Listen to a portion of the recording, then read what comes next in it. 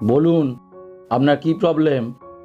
আমার না সব সময় কেমন ঘুম ঘুম পায়, সন্ধে হলেই খিদে পায় আর খেলেই ঘুম পায়, একদম রাত জাগতে পারি না।